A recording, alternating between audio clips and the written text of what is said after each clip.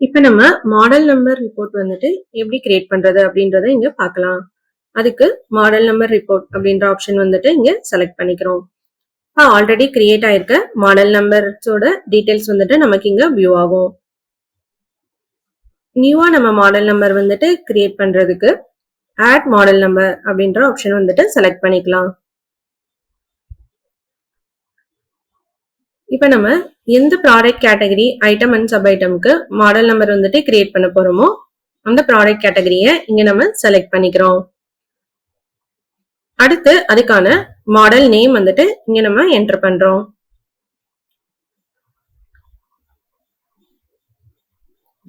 For example இப்ப நம்ம test model அப்படின்ற நேம் வந்துட்டு இங்க என்டர் பண்றோம். அடுத்தது நமக்கான டாக்ஸ் டைப், அதாவது அந்த ப்ராடக்ட்டுக்கு நம்ம இன்க்ளூசிவ் டாக்ஸ் வந்துட்டு கொடுக்கறோமா இல்ல எக்ஸ்க்ளூசிவ் டாக்ஸ் வந்துட்டு கொடுக்கறோமா அப்படின்றத இங்க நம்ம செலக்ட் பண்றோம். அடுத்து அதுக்கான பெர்சன்டேஜ் வந்துட்டு நம்ம இங்க செலக்ட் பண்றோம். அடுத்து பிரைஸ் டைப், இப்ப நம்ம கிராஸ் அல்லது நெட் வந்துட்டு செலக்ட் பண்ணோம் அப்படின்னா நம்ம இங்க டீடைல்ஸ் வந்துட்டு இந்த டேபிள்ல வந்துட்டு கொடுக்கறோம். அப்படி இல்ல பிக்ஸ்டு ப்ராடக்ட் அப்படின்னா நார்மலா அதுக்கான பிரைஸோட டேட்டா மட்டும் இங்க கொடுத்தா போதும்.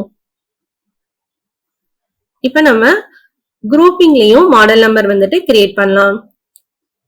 ஃபார் எக்ஸாம்பிள் நம்ம இப்ப குரூப் ஆஃப் ப்ராடக்ட்ஸ் வந்துட்டு அப்லோட் பண்ண போறோம் அப்படின்னா இஸ் மாடல் அப்படின்ற செக் பாக்ஸ் வந்துட்டு இங்க நம்ம எனேபிள் வந்துட்டு பண்ணோம் அப்படின்னா சீரியல் பேஸ்ட்ல நம்ம குரூப் பண்ண போறோமா இல்ல பேட்ச் பேஸ்ட்ல குரூப் பண்ண போறோமா அப்படின்ற டீடைல்ஸ் வந்துட்டு நமக்கு இங்க ஷோ ஆகும்.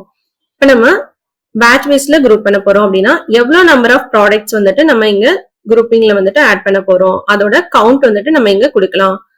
இப்ப நம்ம 20 ப்ராடக்ட்ஸ் வந்துட்டு குரூப் பண்ண போறோம் அப்படின்னா 20 அப்படின்ற கவுண்ட் வந்துட்டு கொடுக்கலாம். இன்கேஸ் நம்ம சீரியல் நம்பர் பேஸ்ட்ல கொடுக்க போறோம் அப்படின்னா இங்க நம்ம மேக் ஆர்டருக்கான குவான்டிட்டி வந்துட்டு எவ்வளவோ அதை நம்ம இங்க என்டர் பண்ணலாம்.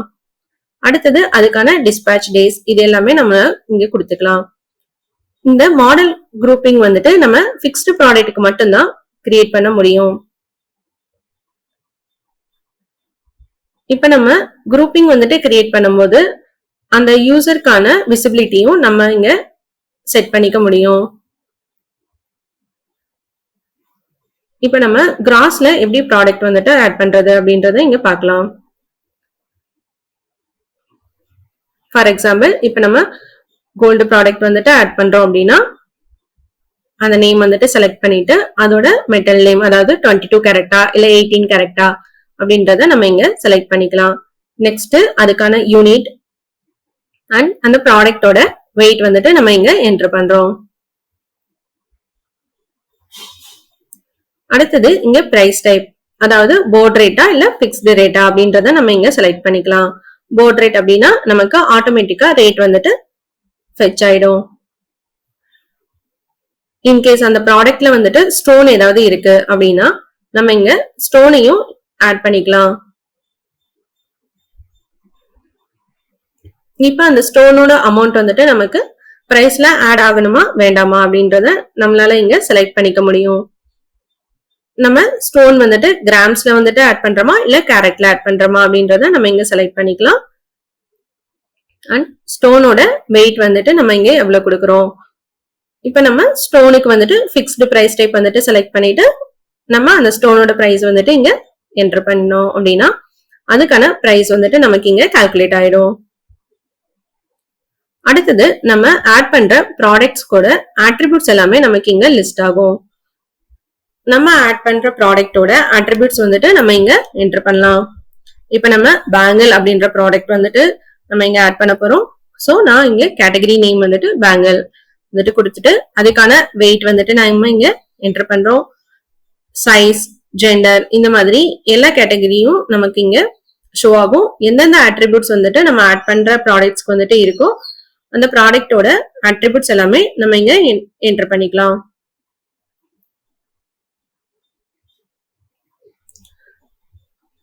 இப்ப அந்த ப்ராடக்ட்ஸ்க்கு நம்ம வந்துட்டு மோட்டிவ்ஸ், அதாவது என்ன டிசைன் வந்துட்டு அந்த ப்ராடக்ட்ல இருக்கு அப்படின்றத நம்ம இங்க செலக்ட் பண்ணிக்கலாம்.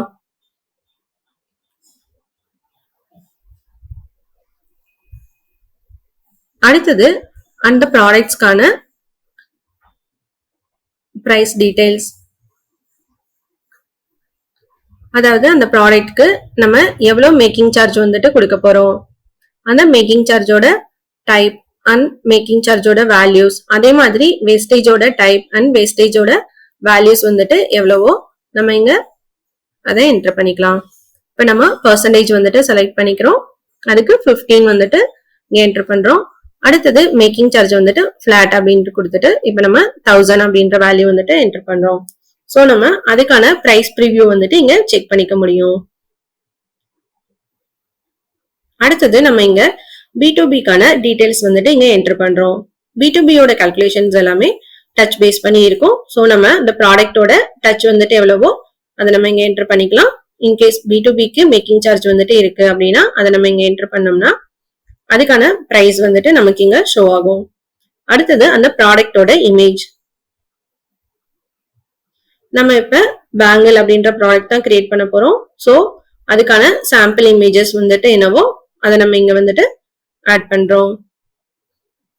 அந்த இமேஜோட சைஸ் வந்துட்டு பாத்தீங்கன்னா நமக்கு 5 MB-க்குள்ள வந்துட்டு இருக்கணும். இப்ப நம்ம எல்லா டீடைல்ஸுமே ஆட் பண்ணியாச்சு. ஒன்ஸ் நம்ம வெரிஃபை பண்ணிட்டு சேவ் வந்துட்டு கிளிக் பண்ணோம் அப்படின்னா நம்மளோட மாடல் நம்பர் வந்துட்டு இங்க கிரியேட் ஆயிரும்.